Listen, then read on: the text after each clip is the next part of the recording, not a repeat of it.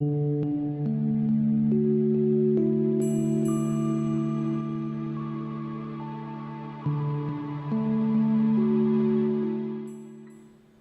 to this segment of UMHC-Take 2. Hi, I'm Dr. Zachary Baldwin. I'm a vascular surgeon with University of Mississippi Healthcare.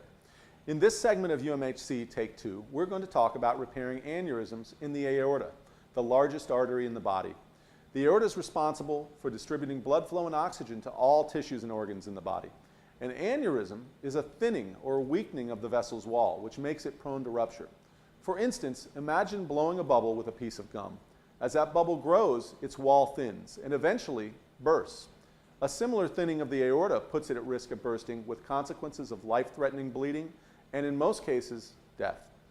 A history of smoking or a family history of aneurysms are the factors which put an individual most at risk of developing an aneurysm. Anyone with these risk factors should strongly be considered for being screened for aneurysms.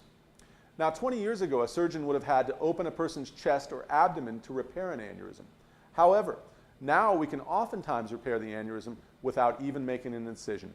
This technique of aneurysm repair is called endovascular aortic repair, or EVAR.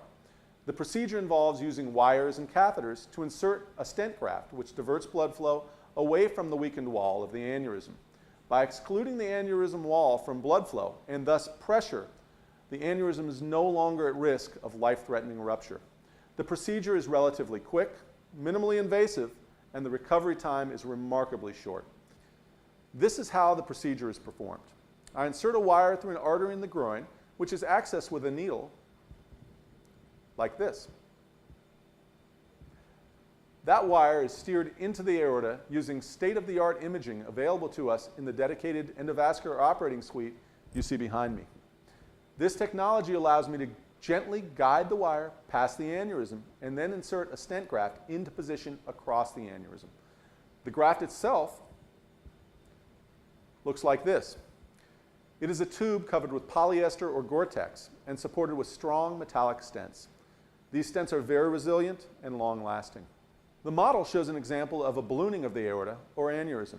The stent graft is wound tightly around a catheter, allowing the surgeon to introduce it into the aorta through the same entry point recreated earlier with the needle.